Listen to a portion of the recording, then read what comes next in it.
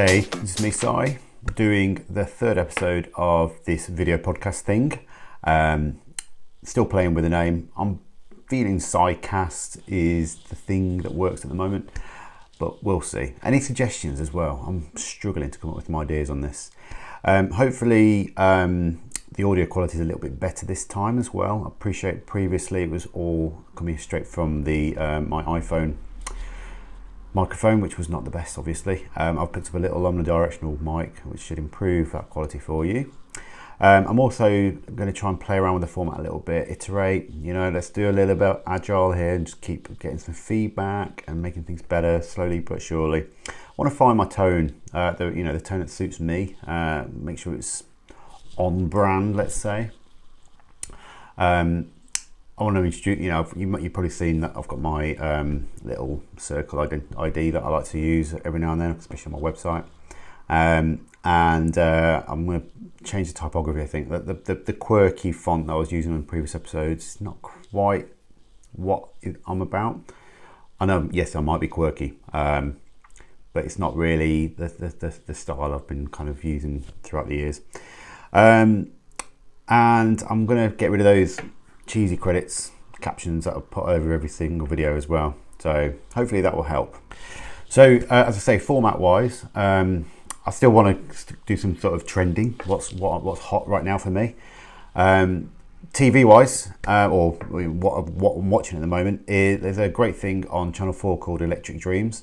It's based on Philip K. Dick's sort of short stories, and they are quite short episodes. They're sort of feature length, like nearly an hour.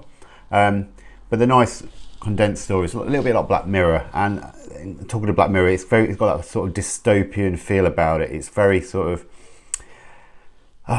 dark.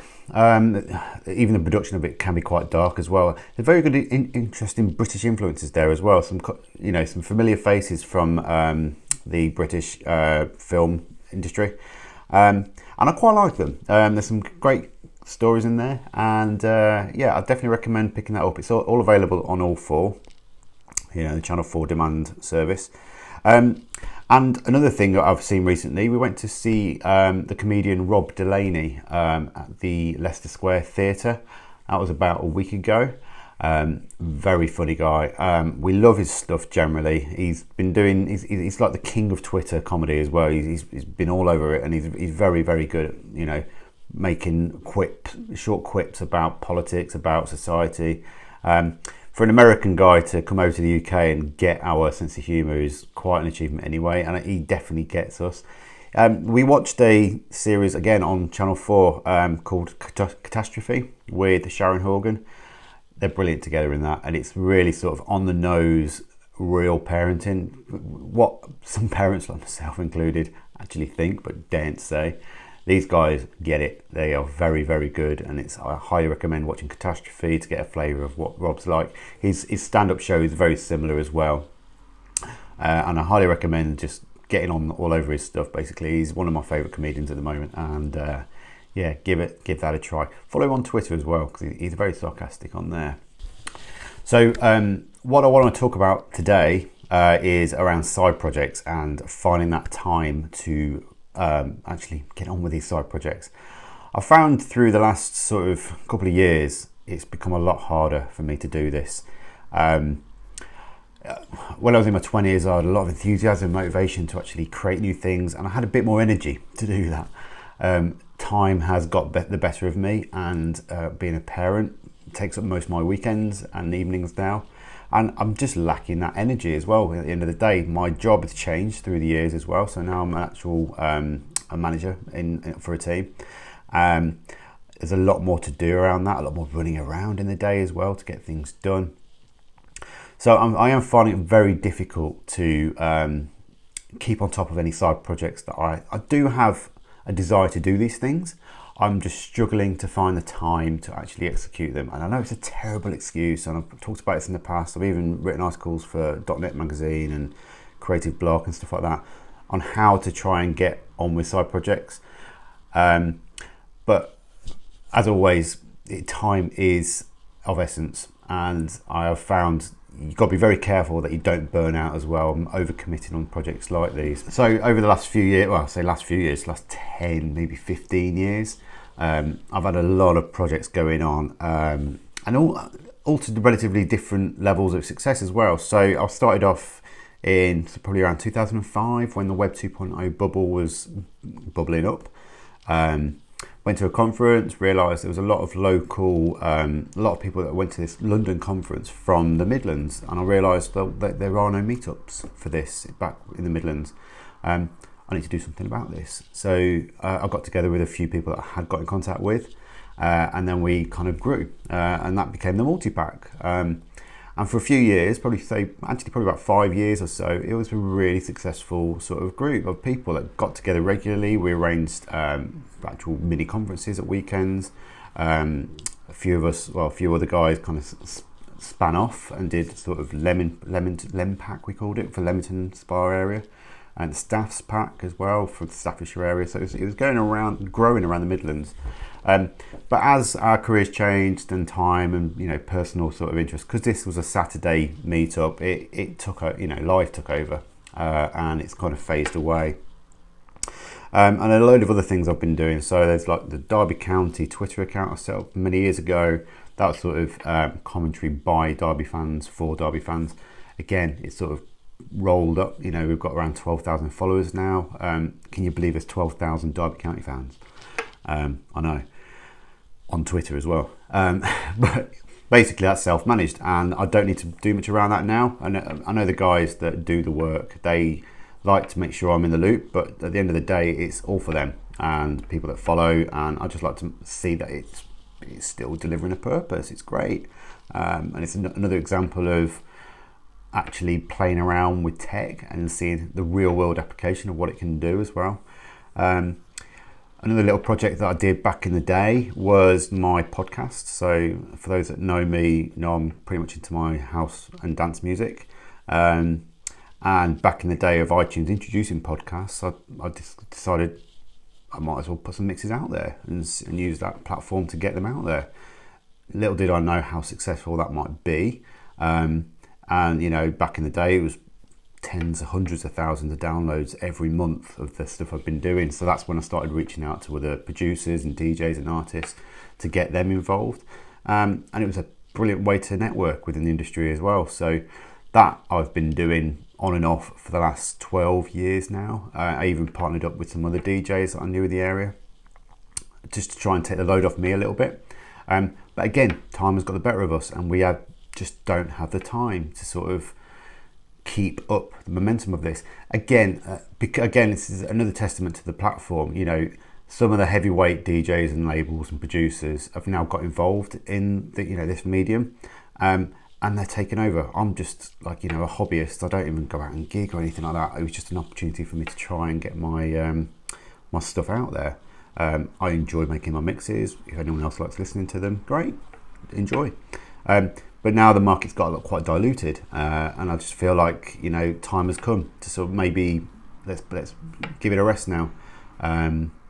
So yeah, I guess I've got loads of different projects that are going and have been, and I just feel like they've come to a natural end, and it's quite sad, but it is of a time, and these things do happen. You just got to be true to yourself about, is there a point when you just admit that it's the end and you need to close that chapter.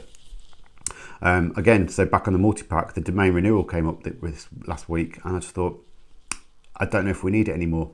I reached out to the community that were part of it. One of the guys, Matt Matchell, came back, but the rest of them didn't even respond. Maybe they don't know that I've asked them, to be honest. But it just proves that you've got to be quite blunt about these things sometimes. I know a lot of people that create side projects come to a natural close, and not everything's going to be a success forever. You've got to find a time where you can be honest with yourself. So, I've talked about the projects of the past and how they come to a natural end. I've still got stuff now that I'd like to play around with. I'm doing this. This is a new little project I'm playing around with. Whether it works, I don't know. But again, finding the time to do it. That's why I've been quite realistic with myself to say every fortnight is probably realistic. You're not going to be able to do this every day, every week, or whatever it might be. I've talked about having a project around called Verbal Diary. So when I started doing my new role as an agile delivery manager, I decided I wanted to record sort of daily retros about how the day had been and what I'd learned about that as well. So I did that. I recorded the audio, and I did 50 days worth, and I've never really done anything with it. And I feel like that there's still an opportunity there. I've got lots of content, maybe too much. So maybe it needs curating and editing down. Maybe audio isn't the right medium for it. Maybe it needs to be sort of actually turned into a book of some sort, or maybe some sort of printed material, or a different way to consume it. I don't know. But again, I don't have the time for these things, and I just think, what can I realistically do with my own time, which is becoming a lot more precious nowadays with my job demands, my family demands, my own demands. I'm not getting any younger. I'm losing. I've not got as much energy as I used to have. But I do want to keep my toe in the water and work out what I can do with my time. And I guess I've got to think about reaching out, making the most of my newfound skills, let's say, as a manager.